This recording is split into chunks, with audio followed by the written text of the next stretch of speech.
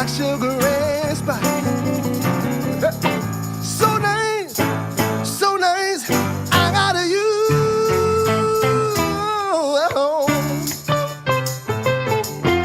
Yeah, yeah. When I hold you in my arms, I know that I can't do no wrong. And when I hold you in my arms, my love can't do you no harm. And I feel nice like sugar and spice. I feel nice like sugar and spice. So nice, so nice. I gotta use. Talk to 'em.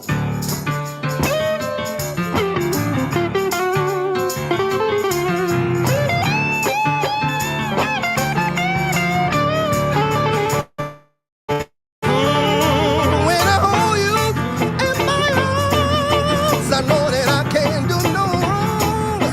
And when I hold you in my arms, my love can't do you no harm.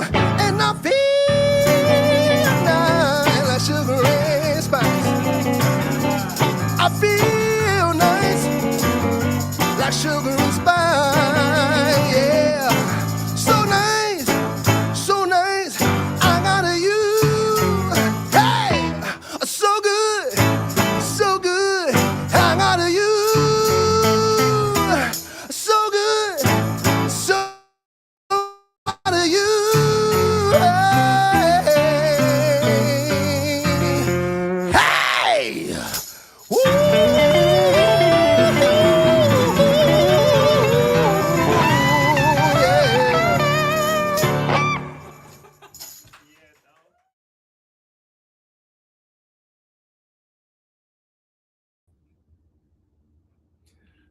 Good evening. I'm glad to be here to speak to you about South Carolina. It's a state that I grew up on the state line, looking across into that wonderful state. And I've spent 52 years here in South Carolina writing, photographing, and talking about it. And I'm very pleased to be here tonight to tell you about South Carolina. We'll get started with a quick video here.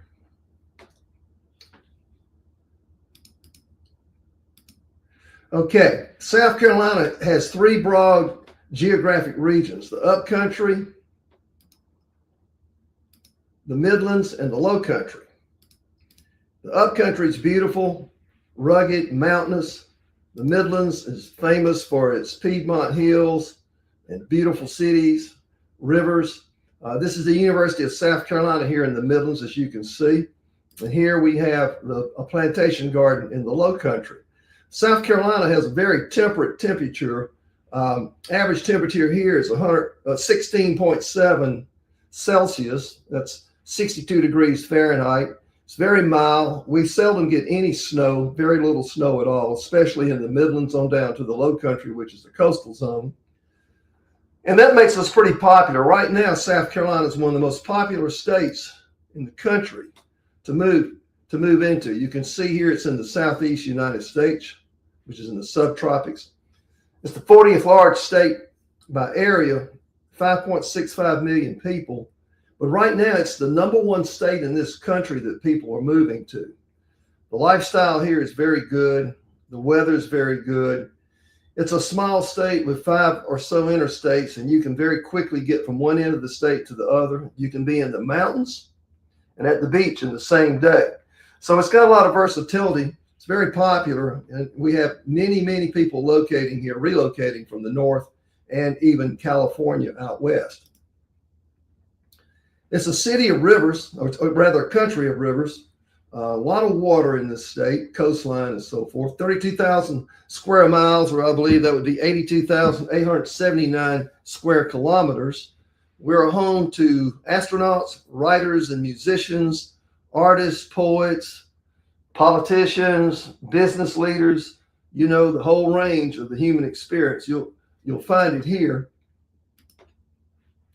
This is Columbia, the capital city, and it's growing very much. The metropolitan area It's 880,000 people now. That includes several counties that surround and outlie the city itself. It's easy to get around the city too. It's big, but it's not that big. I think there are more people in Atlanta, Georgia than there are in South Carolina total, if that gives you some kind of reference. Here we have Greenville, South Carolina, and what you're looking at is Falls Park, a small waterfall. This is the Reedy River, you see. And back in the days of textiles, the plants along the river would dump their dyes into the water, which of course we don't do today. And the Reedy River would change colors depending on which dyes were emptied into the river. People started calling it the Rainbow Reedy because it had the various colors of the rainbow. Today it's clean, a beautiful river. In fact, there are lots of rivers we're going to talk about today. And as an old university president named Tom Jones told a writer once, he said, there are two reasons you would like to move to South Carolina. And he said those reasons were birds and flowers. And I would agree with that, birds and flowers, and possibly trees. This is a beautiful scene from the Low Country, a sandy lane, live oaks. Those limbs and trunks are covered up in resurrection ferns. They stay green. It's one of the reasons Hollywood has made so many films here. We'll talk about that a little bit more. But the Low Country tunnels of green oaks are notorious. They're legendary, very photogenic. Artists like to paint them. Photographers like to photograph them. And writers, of course, like to write about them. They're very beautiful and evergreen. This is in an area of South Carolina in the Midlands known as the Ridge. That would be Saluda County, Edgefield County, South Carolina, in which the ridge is slightly elevated. And what that means during the wintertime or early season, early cold in spring, the cold air goes down away from the trees. And it's a very, very productive area for growing these beautiful peach crops. Early March, these trees turn pink, very pink and beautiful. They're very, very photogenic. Of course, you see here a truck filled with baskets of peaches. It's a wonderful fruit. Pies, ice cream, you name it. The peaches in South Carolina have a strong identity. Georgia calls itself the peach state, but this area of South Carolina I'm talking about produces more peaches than the entire state of Georgia. So I think my old native state of Georgia needs to change its identity, maybe to the poultry state. They grow a lot of chickens over there in Georgia. This is a land of waterfalls in the upcountry. There are over 100 waterfalls. We have a lot of cascades, creeks that have running, falling water. And as you would expect in the older days, a lot of grist mills would pop up around these points where they could take the power of falling water and convert it to energy for grinding corn, making cornmeal and flour and so forth. You see the gentleman in the photograph there. That's Robert Clark. He's a very well-known photographer here in South Carolina that does wonderful work. And this is Kings Creek Waterfall. It's quite an adventure to march up to these waterfalls and hike up to where they are. It's strenuous, and it'll get you in shape if you're not. So that's one of the things that really makes the upcountry so appealing to people, are the waterfalls and the mountain coves, which are very dense, green, forested areas that are very tropical-like. One thing about South Carolina that really amazes me is it has one of the world's more mysterious landforms. It's known as the Carolina Bay. And you're looking here at the interior of one. It's a grassy area known as a savanna, and these are wildflowers that are blooming. If you could fly over this Carolina Bay, you would notice that it's oval and oriented where that it runs northwest to southeast. And here's what's interesting about it. These landforms exist from Delaware down the Atlantic coastal plain on into Florida.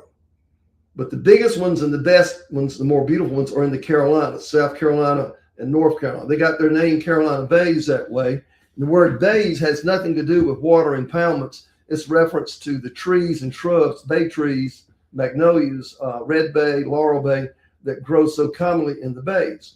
So it's a bit of an unfortunate name, but later you'll see how they look from above. Like here in this LiDAR image, which is light, distance, and ranging. It's a laser from a platform in the air that shoots 60,000 pulses of laser light a second to get the contours and the shape and outline of these geographic formations. You can see several small ones around it. They all go northwest to southeast. And what makes them so mysterious? Well, science can't tell us what created them. There have been some fabulous stories about what created them. A meteorite bombardment. Well, that sounds pretty good, except for one problem. The bays all vary in age by thousands of years, so it wasn't one cataclysmic, one-time event that created them. Some of the theories claim that they're ancient nesting grounds for whales. Not true. Or they're giant dinosaur prints. There's a bay in South Georgia that's 5,000 acres. I'm not sure how many hectares that would be, but it's very large. So the mystery remains, but what's valuable about these places is they're untouched by development, the ones that are pristine, that is. A lot of them have been destroyed. They're 500,000 or more, and they're great repositories for wildlife, carnivorous plants, amphibians. You'll get to see a carnivorous plant a little bit later in the show. So don't forget what this landform is called. It's called the Carolina Bay. It runs from northwest to southeast. They're all pretty much parallel. And when you drive by one, you'll think, well, that's a swamp. But if you fly over it, you'll see this distinctive elliptical outline, and you'll know that's a Carolina Bay. Charleston and Fort Sumter is famous here in the South, in the country, because this is where the Civil War, also known as the War between the States, started in 1861. It's still talked about to this day, somewhat controversial, but this is where it started. First shots were fired here. South Carolina's textile industry that I mentioned to you earlier was lost. It got lost back in the early part of the last century due to economic changes, changing marketplace values and so forth. And all the men that worked in the textiles on the farms that gone to the textile plants ended up losing their jobs. And we had a lieutenant governor here one time by the name of Fritz Hollings, who was in Ohio at an event. And he came out of this building at midnight and saw a large building across the way, full of lights, full of people. And he thought maybe it was a party going on. He said, "What is that?" And they said, "It's a technical college." So he came back to South Carolina and created the technical college system, which we have quite a few now all across the state. And they have done a wonderful job of equipping South Carolinians to work in the modern age with these global companies. At the top there, you see Michelin tires. I think we produce something like 144,000 tires a day here in South Carolina. We're the country's #1 manufacturer of tires. That's BMW at top, excuse me. Below you see Michelin. Michelin does all those tires. BMW, that's the world's largest global center from BMW right there. It puts out something like 450,000 vehicles a year. And then to the right corner is Bosch, which makes all kinds of automobile parts, electric motors, hydrogen fuel cells, diesel and gasoline fuel injectors. And up around Greenville, you have this corridor along an interstate, I-85, where a lot of European companies have come in and settled, and you get a lot of European culture in that area up there, fabulous restaurants and so forth. So it's a great story to tell as global corporations go. We have Boeing at Charleston, which makes the 787 Dreamliner. That's made in Charleston. We have Boeing, and then we have Lockheed, which makes the F-16 Flying Falcon, a sophisticated fighter jet that's ready for combat. As we all know, the world's a dangerous place, and South Carolina's doing its part to help people get around and to defend themselves. We have, of course, other industries, but what I love about this state is what you see right here. This is the rural South. You've got a dirt road. You've got old country store. Got an old live oak. If you look down in the middle of the frame, you'll see a beautiful church. This is a little place called Kynard, South Carolina. I've put it in several books. It's peaceful, it's quiet, and that's typical of the rural South Carolina in particular. I have spent a lot of time on the back roads of South Carolina. And by the back roads, I mean dirt roads, country lanes, no freeways, no interstates, no turnpikes, because you don't see much on those. This old store, if you'll take a look at it, up on the top of its roof is an old antenna from years back. Now everything is streaming, digital. Cable TV even seems old anymore. So the rural back roads, to me, are like a time capsule, a museum of the rural South Carolina that existed before so much change arrived. And it's refreshing to go out and see these places, although I will tell you that a lot of it is disappearing. So when I go out and photograph the back roads of the South Carolina, I'm trying to, in a way, preserve old churches, cemeteries, schools, disappearing places, barns, old graveyards, because once it's lost, and you won't find it again. This is Rainbow Row in Charleston, one of the landmarks in the state. It's very colorful history and some myths about it. How did these colors come to be? Well, there was a lady named Dorothy Porcher, and I can't pronounce the right name. I think it's Legay. She took her home and restored it and painted it a Caribbean bright pink. Her neighbor said, well, let's do something similar. So they did the other colors, you see. And this is what happened in the early 1930s. It gave this Rainbow Row its appearance. But if you ask people, how did this happen? They'll say, well, the harbor's close by, and sailors would go out on the seas and get drunk when they came back. And they didn't know where they lived, but they knew if it was the pink house, that was their place. And so that was a myth that surfaced, that sailors, after partying too much, would look for the place that had the color they remember was where they were renting a room, what have you. And that's how Rainbow Row got its name. But if you go to Charleston, it's one of the must-see landmarks in the city. This is the estuary, salt marsh with a creek running out eventually to the Atlantic Ocean. It's very important because it is the nursery for the entire ocean.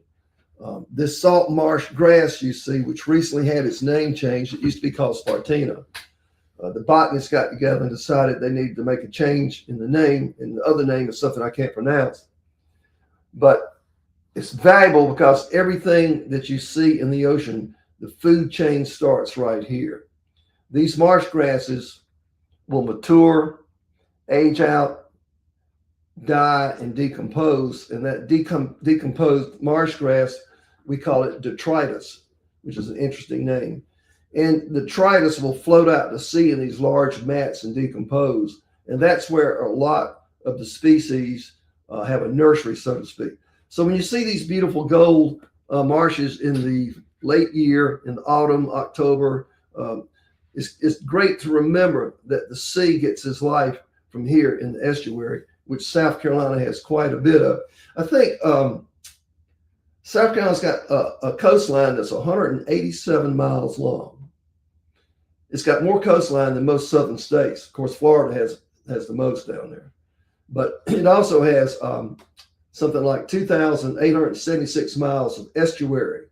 And this is where the crabbing and the shrimps and shrimp whatnot are holed up. And so it's very important to the overall ecology of the sea. Here's another waterfall. Waterfalls are very glamorous down here. We like to make calendars out of them. We put them on the covers of books. We make documentaries about them. We write about them. And South Carolina has over 100 waterfalls in the upcountry region. It's a small corner of the state, but it's packed with natural features like this. Beautiful overlooks, deep valleys, cove forests, mountain rivers, and waterfalls. It's a great day when you can go hiking to one of these waterfalls. Here we are again with a beautiful photograph of my friend Robert Clark, the photographer I mentioned earlier. This was a very interesting shot in which the sun was rising and the moon was setting. And he ended up getting these great blue rays, as you see, colors of pink and all. And so it gives us something to really marvel at. And as you probably know, everybody goes to the coast. They want to take a picture of the sunrise coming up over the ocean. You see it all the time. And whether you're using a cell phone or a really professional camera system, the results are pretty good.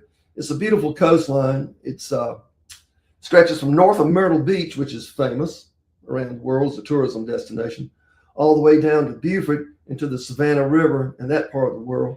It's known for its fisheries, tourism spots, vacation rentals, homes along the islands and the coast. Beautiful place to live, but it can be a dangerous place to live during hurricane season. We've had hurricanes to come in and wipe out entire stretches of the coast. And sometimes they come inland, as one did 2 years ago, and destroys a lot of property all the way through the up part of the state into North Carolina. And so it's part of the risk of living that close to the sea. This is a beautiful sculpture in a place called Brook Green Gardens, which is near Myrtle Beach. This is the world's largest collection of outdoor statuary. It has over 2,000 sculptures, and during times of temporary exhibitions that travel through, over 3,000 pieces of sculpture. It was started by Anna Hyatt Huntington and her husband when they settled here for health reasons. And it seems to keep growing. It's a beautiful place, serene, very relaxing, beautiful. The sculpture you see here is called the Bather. And this was a woman who served as a model. She was a dancer. And so the sculptor used her as a model. She's putting her toe, the tip of her toe into the water, so to speak, the bather, testing the water. It's a great place if you love sculptures, and most of us do. You have the traditional sculpture, you have bronze figurines and so forth. It's a beautiful place with those live oaks, the resurrection ferns all over them. And hard to believe it's right off of 17 near a busy stretch of a highway where all the tourism is. But once you get into Brook Green Gardens itself, it's like a reserve. It's very, very private, very beautiful. Hollywood has made over 100 films in South Carolina. Some of the other films beside Forrest Gump are The Big Chill, The Prince of Tides, The Patriot with Mel Gibson. Some of that movie was shot in Georgetown, where the rice plantations are. The climate, the weather, and the settings are really all work together to give South Carolina a great reputation as a place for making films. And Forrest Gump probably is the most iconic, most talked about film that was made here. I can't think that there are any going on right now. A few years back, 2012 or so, as a writer, I wanted to be in a film that George Clooney was doing up in the upstate called Leatherheads. It was a film about South Carolina, about the old NFL football days. We have the National Football League football here. This was early days. It was quite an experience to be in it, and I wrote a few stories about it. One of the big cultures down here is the dance movement, and in particular with the older generations, a different demographic, the beach music and a dance associated with it called the shag. I wrote the history of the shag for the group of people, the Society of Stranders that practice it. And it's a couples dance where the man leads the woman, and it's very much a graceful, beautiful dance to watch. It's just hard to describe, but they dance to beach music, which is not like the American West Coast area where we had beach music known as Dan and Dean and the Beach Boys. This is beach music that arose from the blues, gospel music, and various genres of music that came together to create the phenomenon known as beach music. It was played on old jukeboxes back in the day, 45 RPMs, which don't exist anymore except in museums. Everything now is digital. And this is a dance that has a great following. I guess you could say that the people that love the shag and beach music, they had one quest, and that was to be young forever, eternal youth. And they did a pretty good job of accomplishing that. If you go down to Myrtle Beach, Ocean Drive, North Myrtle Beach, you'll see these dance clubs and you'll hear these familiar tunes and you'll know immediately where you are. Now here's a carnivorous plant that grows pretty much in the Carolina Bays, but it also grows outside them in other swampy, marshy areas. It's a leaf that forms a tube. It's one leaf, a modified leaf, forms a tube, and it has a little hat sits over it in some cases to keep rain out. These don't, but what you see here is the pitcher plant stalk. It's about 3 feet tall, 2.5, 3 feet tall. It's a death trap. It looks like a flower. It puts off a nectar fragrance like a flower. And insects, pollinators, bees, butterflies, all manner of insects, even small mammals, amphibians like tiny frogs, they come to it and they'll climb up onto it, climb down the throat of the plant, which has these hair-like filaments that create steps. Down they go towards the nectar. When they get too close to the nectar, they realize it's an acid, very similar to what we have in our stomach. And so they try to escape. And now they can't because the little steps, the little hairs that they took marching down the tube of the plant has become like jail bars and they can't get out. They struggle, they get exhausted, they fall into the broth that's acid, and they become the very thing that they sought to eat. That is, they become part of the plant itself. The plant eats them.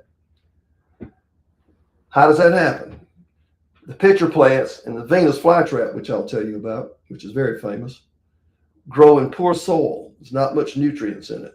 So they trap animals for their nutrients, and they became carnivorous. It's hard to believe that we've got plants that can capture living things and eat them, but they do. I took a pocket knife one fall when I was in the Carolina Bay, and I cut a dead, dormant pitcher plant apart down at the base of the ground, and it had about 1 inch or 2 of soil in it. It looked just like sandy soil, but that was the bodies and what remained of everything it had eaten that season. So it's a really interesting plant. It's beautiful. It's not endangered. It's not threatened. It's not protected, but it thrives and it does pretty good. Now its colleague, the Venus flytrap, which Charles Darwin called the world's most interesting plant, also grows in these areas. In Horry County, that's Horry, it's French, named for Peter Horry, and it stretches for 99 miles from Horry County up to Wilmington, North Carolina. Is a stretch 99 miles long where the Venus flytrap grows and nowhere else, at least the particular species we have. It's threatened. It's really being protected because poachers have dug them up to sell them on the internet. Plus, development has taken over some of its habitat. But it's a leaf that opens up. It's like a little heart. It's about the shape of your thumbnail. And it opens up, and it's got 6 little trigger hairs in it. And when a fly lands in there and he walks around, if he touches one of those little trigger hairs, nothing happens. If he touches the same one again or another one, a 20-second timer begins. At the end of 20 seconds, the plant slaps shut and takes 10 days to digest whatever it is it caught. And so it's kind of like science fiction, but it's not. It's for real. We have carnivorous plants in South Carolina. This is back up in the mountains. This is Poinsett Bridge. It's a beautiful bridge. It's the oldest continuously used bridge in South Carolina. Look at that fine stone mason work. Built in 1805. It exists in an area up in the northwest corner where it's rugged and mountainous that was known as the Dark Corner for a long time. Some people still refer to South Carolina's mountainous region as the Dark Corner. It sort of extends from Greenville County over towards Spartanburg, South Carolina, about 100 square miles. And back in the day, early parts of the last century, people would go in there and disappear. They say that still happens today. I think that's more talk than reality. But this is Poinsett Bridge, and it is in the heart of the dark corner. It was an area known for moonshining. Moonshining down in South Carolina and Georgia in the South in general was when people would take corn and turn it into liquor, illegal whiskey, whatnot, bootleggers they were called, and they would sell it. They could make more money with a gallon of moonshine than they could make with a bushel of corn. And so it became a very popular thing to do, but it was illegal. I know there was a story where 7 law enforcement men left town with axes and guns, and they were going to go into the dark corner and destroy stills, and they were never seen again. Never seen again. I stopped by this bridge a couple of weeks ago, and they were working on it. They're restoring it in some way so that it'll stand for another 200 years. And I had heard a story that when the bridge was being built way back in 1805, that 3 men had an accident and died there, and they buried their bodies somewhere in that bridge. But this gentleman that's working on it said he didn't think that was true. They had archaeologists examine it, look throughout the bridge, and they didn't find any evidence of that at all. No one, we don't think, is buried in Poinsett Bridge.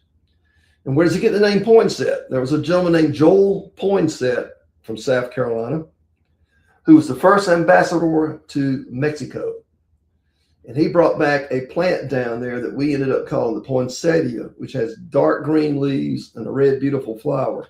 And it's a very popular plant during our holiday season known as Christmas down here. So you have the poinsettia named for Joel Poinsett, and you have this bridge named for Joel Poinsett. Rocks and plants all commemorating the sky. It's a lot of fun to think about how things get their names. This is what's known as the Chapel of Ease on St. Helena Island down near Beaufort, South Carolina. That's the part of South Carolina that neighbors up against Georgia, near Savannah. You're looking at a building that's built out of tabby. Tabby is a construction material the Spanish brought here, late 1500s, 1600s. They would build chapels and other forts and buildings out of crushed oyster shells, lime and water and sand. They would burn the oyster shells, and when they got through mixing this and let it set up hard, it made a fabulous and very quaint, attractive building material. We have tabby ruins all along South Carolina's coastal line that the Spaniards left behind. And most of these places have become sort of legendary as iconic places to take photographs because you're seeing ruins. You know, Rome has its ruins, and South Carolina certainly has its ruins. I think you'll see another one a little later that's very, very beautiful as well. Tabby, strange name, like a tabby cat. Not sure how I got that name, but that's what we call it. The Spaniards also left these horses behind, marsh tackies. They call marsh tackies because they're along the coast. They're running in the marshlands. The tacky is a word, I think the British might have laid this name on them, meaning they were cheap and common. It was sort of an insult, but they're not cheap and common. These are beautiful horses. And they were Revolutionary War heroes here when the colonies decided to rebel against the King of England and fight for independence. There was one Revolutionary War general here, Francis Marion, known as the Swamp Fox, whose men practiced guerrilla warfare. They would ride these horses and attack the British when they least expected it, hit them hard, disappear back into the swamps. These horses are known for being sure-footed and tough. They don't flinch when a gun is fired over their head. They're very good for hunting down south now, and people use them to hunt wild hogs and so forth. There are only about 300 left. They're sort of endangered in a way. There are breeders trying to keep them alive and having some success at that. But it's a horse that the Spaniards left here. There are also horses, I think, in North Carolina, up an island, maybe Chincoteague, I'm thinking. That might be Virginia, I'm not sure. But I know in South Carolina, they had them along the coastline. And when the British landed here, they were shocked to see Native Americans or Indians on horseback, and they were riding these marsh tackies. It's the South Carolina heritage horse. It's the, I guess you could say it's the horse symbol of South Carolina. It's a beloved animal, and the people that raise them and breed them love them very much. They're gorgeous animals, and I hope to see their population increase a little bit. These are sweetgrass baskets. These are common along the Highway 17 in Charleston, South Carolina. It's an interesting story about this tradition of the sweetgrass basket weavers. The black people that were enslaved and brought over from Western Africa brought their basket making skills with them. They make them out of bulrush, needles, purple muley grass, which is called firegrass by some, and the overall generic term for this beautiful work of art you see before you is sweetgrass. They made these baskets to carry rice, carry shellfish in, whatever. They were very useful. And they still make them. These ladies will sit along Highway 17 very patiently weaving these baskets with broken off spoons. They take a spoon or a fork, snap the business end off, file it down, and use that sort of like a large needle to weave these baskets. It takes days and days and days to make one of these baskets. They sell for a lot of money now. People like to collect them. And it's getting harder and harder to make these baskets and find them for two reasons. The women who have traditionally made them are dying off, and the younger people maybe not don't have that much interest in doing this because it is so time consuming.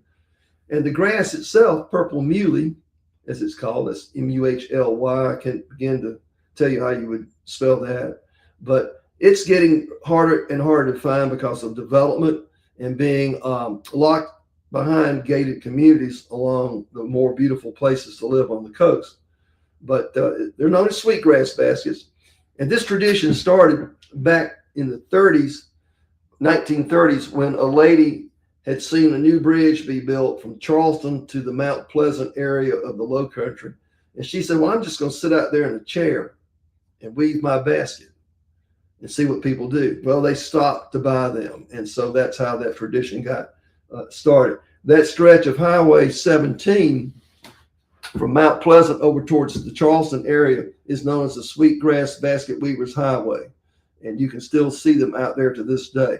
I first saw them when I was a young man, about 15 years old. And in those days, there was not much development. They had a broad shoulder of grass to do their work on. And today the highways expanded, developments come in. And so it's not quite as picturesque as it once was. But it's a big part of South Carolina's legacy. South Carolina does not have any real true pro sports here. No baseball.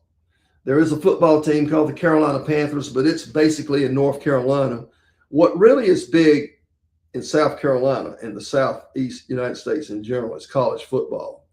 And right here you have the Clemson Tigers, which is up in the upcountry, and the Carolina Gamecocks, who are very intense rivals. They play the last game of the regular season, known as the Palmetto Bowl, and it is very spirited. People have gotten in arguments over these games. Families are divided sometimes about the Clemson Tigers versus the Carolina Gamecocks. And that's not unusual. It's true in a lot of southern states where football is practiced down here. It's a game where you'll have lots of people show up. These stadiums are big. They hold 80,000, 90,000, some 100,000 people.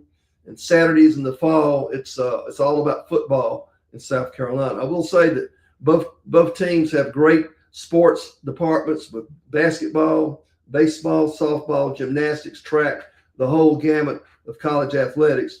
And all of it's really quite big, but football seems to reign as king over it. Now, here's some southern food for you. The bottom of the plate, you see collard greens. It's a big leaf green vegetable you plant in the cold winter months. And it takes a little bit of preparation. You see black-eyed peas there and rice. Some people call that Hoppin' John. That's a low country name. You've got some pork and you got cornbread. Well, what does that mean? It stands for something. The black-eyed peas symbolize good luck. Good luck. The collard greens symbolize green money, that maybe you'll make some money in the new year. Each January 1, a lot of families have this Southern tradition of creating a meal that has cornbread, pork, black-eyed peas, and collard greens. The cornbread symbolizes gold. You can see that. The pork means that you should have a year of prosperity and progress. And of course, the peas are good luck, and the collards mean money. So you put it all together. And some people are afraid not to start their New Year's Day with this traditional meal. And some people go to great lengths to prepare it. You can go buy it in the restaurants, but it's best made, served fresh at home. And I don't really have a name for it, but people will say, "Are you going to have the old traditional lunch for New Year's Day?" And we'll say, "Yeah, sure am. Collard greens, rice, black-eyed peas, hoppin' john, pork, and cornbread." And there it is. And it's pretty good. It's pretty good. Some of these foods came over from West Africa with the slaves. Jumping back up to the upcountry, this is Table Rock. That's the rock on the left there with that big expanse of stone that you see. Now, the little mountain to the right there, you can sit on. The great Indian chief would sit on it and dine off of Table Rock. Recently, a few years ago, it had a devastating fire that swept through there. So a lot of this forested terrain you see is gone. It was sort of a landmark up in the upcountry, okay? Now, I see I have a question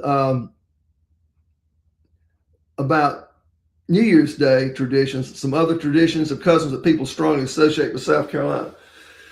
Let me think. Well, I'll tell you what, the shag is sort of a tradition, the dance that we talked about, that's strongly associated with South Carolina.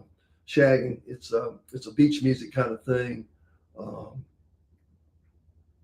You get into sports, wild game hunting and so forth. You have your traditional seasons for hunting quail, deer, and things like that, which are very traditional.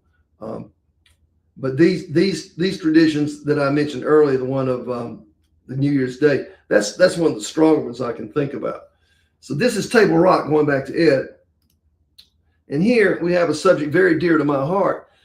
This is something the state's known for too. There was a time you could go down to the coast and have your camera ready and be up at daybreak and photograph these shrimp trawlers with their nets and outriggers opened up, trawling for shrimp. They were so beautiful to see and such a part of our culture, fresh shrimp caught in domestic waters. Well, things change. Imported shrimp now are hurting our shrimpers very much. And there's been a lot written about this. And the trawlers used to be, you would see 20 or 30 a day. If you see one now, you're lucky. It's a tradition that's in threat of going away, and we're trying to do something about it. But the shrimpers are really a hardworking men. And some of the problems they face are very simple. Their children don't want to do this because it is such hard work. And it's dangerous, very dangerous. Long hours, a lot of equipment, heavy things falling, easy to get hurt if you're not careful about what you're doing. And yet it's such a romantic image of the sea captain and his crew going out at daybreak to gather shrimp. It's very much a colorful part of the state's image and mythology. So we have these around Charleston. McClellanville is a beautiful example of a fishing village in South Carolina. Hurricane Hugo came through there in 1989 and destroyed a good bit of it. But that's where the shrimp, sort of the heart of the culture is, McClellanville. And you go down there, you'll still see these shrimp boats. They're beautiful, and people are still going out. Let's see, I have some other questions. Oh, well, here's somebody wants to know, since you grew up in Georgia and attended college there, do you consider yourself a Georgian or a South Carolinian? That's a tough question for me to answer. I still think of myself as a Georgian, but I have to agree I've become a South Carolinian, and I actually refer to this area now as Georgialina, which is another question. What is Georgialina? Georgialina is the eastern part of Georgia where I grew up and all of South Carolina. I was raised, born, grew up in Georgia, but I really became a more sensible person over my time here in South Carolina. And if I take off my University of Georgia glasses, I probably would admit that I'm more of a South Carolinian now than a Georgian. Some major industries in South Carolina: textiles, tire manufacturing, car manufacturing, aerospace, air industry. Those come to mind. There's a lot of artists and poets and musicians here. I don't want that to get lost in the mix either. Being a writer and a photographer, I'm very aware of the creative side of the street, and we have a lot of wonderful writers here. We had a writer by the name of Pat Conroy that was beloved and still is. He died, I think, at the age of 70. Before him, we had a writer named James Dickey, who was a wonderful poet, wrote a novel called Deliverance. Most people don't remember that anymore because it was a 1970 or so novel and film. He was a magnificent poet. We've got Mary Alice Monroe, who writes like along the coast. And there are just a lot of writers in this state, a lot of artists too. And of course, we've had some music groups that come out of here that are pretty good. The Beach Music Scene produced quite a few bands. Marshall Tucker Band, which was big and recorded in Georgia at Capricorn Records. So the state's really multi-talented in a diverse way. Lots and lots of artisans, craftsmen, and poets, writers, and those types of people who create original things. What's my favorite place in the state? One of my favorite places in this state would be a small ghost town called Mount Carmel, South Carolina. It was an 1880s railroad town that, just like that, it's almost like somebody snapped their finger and said, frozen in time. If you go there today, you'll see the most beautiful older architectures. And there are some people in the town, a couple of families that take care of it. It's like they never left. It's a beautiful town with a lot of history. That goes back to the Civil War and goes back even to the Revolutionary War. Fort Charlotte was near there. That's one of my favorite places. Red Bluff Bay, which is a Carolina Bay, is a favorite place of mine because if you go there in May or early June at the right time, you'll see the blue flag irises growing in that grassy savanna. And it's like a gorgeous royal blue carpet. This is absolutely beautiful. What are some examples of Southern hospitality that visitors might notice? Well, you'll always be asked to join for a cup of tea or a glass of tea, iced tea. You'll be invited to have dinner. It's things like that that's known as Southern hospitality. The people here are gracious. Yes, sir, and no, sir, from young kids to older people. At least it used to be. It may be changing a little bit. The Southern hospitality is all about manners down here and being civil. What else have we got? Any ghost stories, legends, or local folklore connected to the state? Quite a few. I just mentioned the bridge, Poinsett Bridge, as known as a very haunted place. Pawleys Island has what's known as the Gray Man. The Gray Man shows up when storms and hurricanes are coming and walks the beach, warning people that a storm is coming. There's a church down on Edisto Island that has a mausoleum where a young girl was buried alive. The doctors couldn't tell that she was not dead yet. And so that's a very good ghost story. I was just there back in the fall. I want to go ahead and show you the Sheldon Church ruins. This is a beautiful example of an old church. It was burned during the Revolutionary War by the British. Then during the Civil War, Sherman's people came in and burned it again. And at this juncture, the people said, well, we're not going to build it back. Today, it's a beautiful place for weddings and just to photograph. I've never stopped there that there wasn't somebody else with me there, taking pictures. It reminds me a little bit of ancient Rome. It's a beautiful place. Sheldon Church ruins down near Yemassee, which is down near Beaufort, South Carolina. Now here we have, in real life time, a crescent moon and a palmetto tree, which are on the South Carolina flag. The flag is made of indigo, that hard to make dye. The slaves came over and showed us how to do it. Indigo that takes a lot of work. And so you have the crescent moon and a palmetto tree. That's on our flag.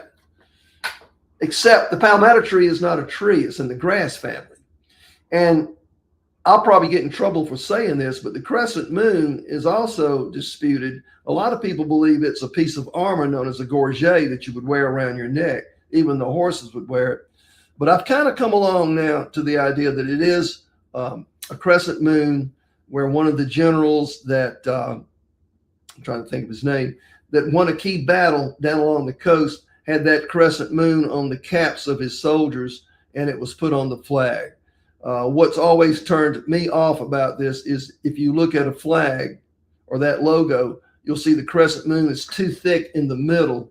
It doesn't look like a crescent moon, and it's very consistently presented that way.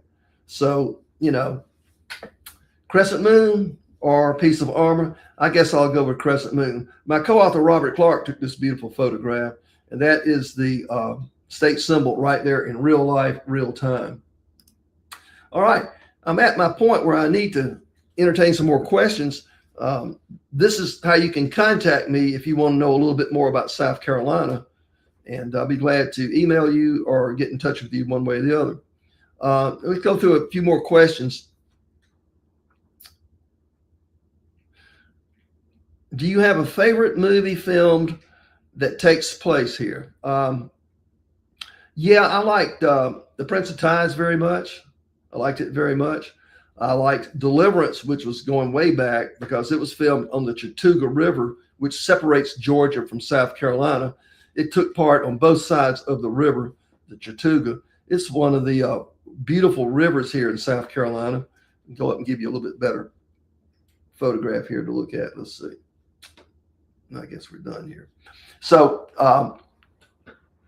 Chattooga is the only free-running river of its type in several states around it. It's class 4 rapids, very dangerous river. Many people have perished on it trying to kayak it, run canoes on it. And these days, you're best advised to go with an outfitter or a guide that can take you down it. Is there any reason why property taxes are considered relatively low compared to many other U.S. states? I can't tell you specifically why that's true, but it is somewhat true that the taxes here are lower. And I think it's maybe goes back to the spirit of the South Carolinian and how, they believe in rights and so forth. So I can't answer that, but I know it is better than it used to be in other states. And let's see. I think that's about what I wanted to talk to you about. I did want to focus on the rivers a little bit more because the rivers were the original highways in this state, and that's how settlement plays out in a lot of different places. As the settlers came in, they used the rivers as highways. We have a river here known as the Edisto, and it has a north fork and a south fork. It's the world's longest Blackwater River. And by black water, we mean if you go to this river, the Edisto, and look at it, it is black, almost like honey, tea colored. And that's from the tannic acid that leaches out of decomposing leaves and roots and things. It's clear, healthy water, but it just looks black. It's very beautiful because it creates a mirror-like surface. If you go along the Edisto River in autumn and take photographs of the fall colors, you'll have some great photographs. And it's famous for its red breast fishing and so forth. Rivers, we have the Great PD, the Black, the Waccamaw, the Savannah, Congaree, Broad, Saluda. The list goes on and on. Inaree.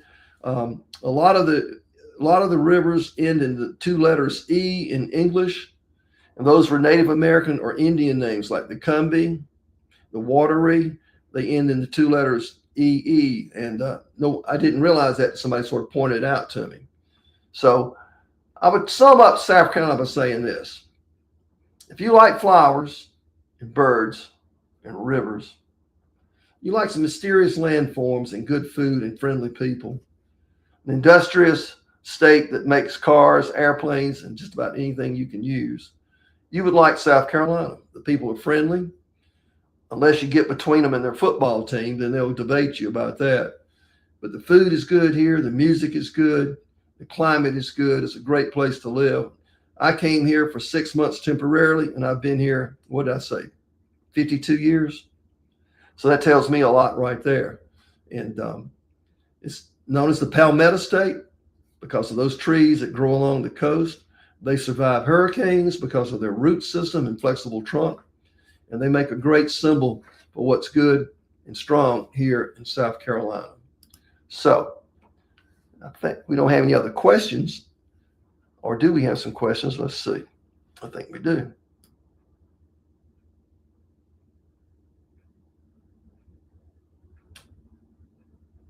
Well,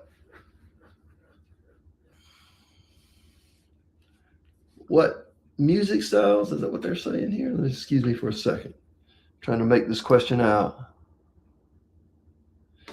What music styles are closely connected to South Carolina? Okay, you've got beach music. You've got rock and roll. James Brown came out of South Carolina, the godfather of soul. You had the Marshall Tucker Band, which did sort of what we call rockabilly music. It's a little bit of rock and country combined.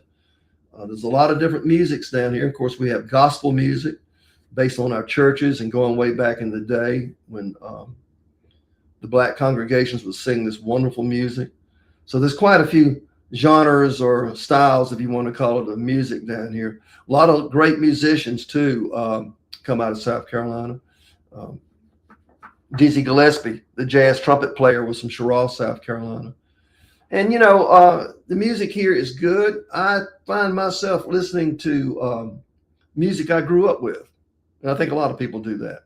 Some of the new stuff does not appeal to me that much, but it is interesting to see how music develops and how it changes from generation to generation. I'm from Georgia, which I think there's a Georgia in your country. I think there used to be. And I grew up there, but right on the border, as I said earlier. And so South Carolina has always had its influence on me. My aunt lived near Charleston, and I spent summers there.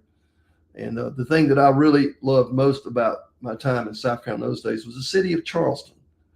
The city, the holy city it's called because of its churches and steeples. There's some gorgeous architecture down there. South Carolina is blessed with a presence of the Huguenots or Huguenots that came here from France when they were being persecuted. They came to South Carolina and dispersed and tried to make several settlements that just didn't quite make it. And so the last ones that were I read about and knew about were up near Mount Carmel. There's a beautiful cemetery up there called Badwell Cemetery, which is where some of the Huguenots are buried that last tried to make a go of it up in that part of the world, planting their orchards and vineyards and what have you. And so if you know where to go, and I know where to go, you can find remnants of that civilization, old mansions, wells, monuments, and so forth. So South Carolina is a country with a lot of history, a state with a lot of history, a lot of color, traditions, hardworking people. They can be aggressive. There was an early Revolutionary War engagement at Fort Charlotte over near Mount Carmel on the Georgia line, which was one of the first incidents of the Revolutionary War. Not one gun was fired, but the British fort surrendered to patriots, and that was that gets overlooked. Most of the Revolutionary War was fought, the latter half of it, in South Carolina. It had more battles fought here than any other colony except for New Jersey. So that's in the past. There's no wars going on right now, and it's a great place to live. And I think we're about out of time. I did want to say that I thank you for joining us this evening. I know it's 9 o'clock your way. This program is part of the American Center in Moscow's weekly speaker series continuing throughout 2026 called 50 States. We invite you to join us next Wednesday, May 27th at 8 p.m. Moscow time for the next event in the series, which will be on the state of Mississippi. And there's a state with the blues history, the Delta blues, for you people that like the music connections. That's a rich state for music. And so I thank you for your time this evening, and I've enjoyed it very much.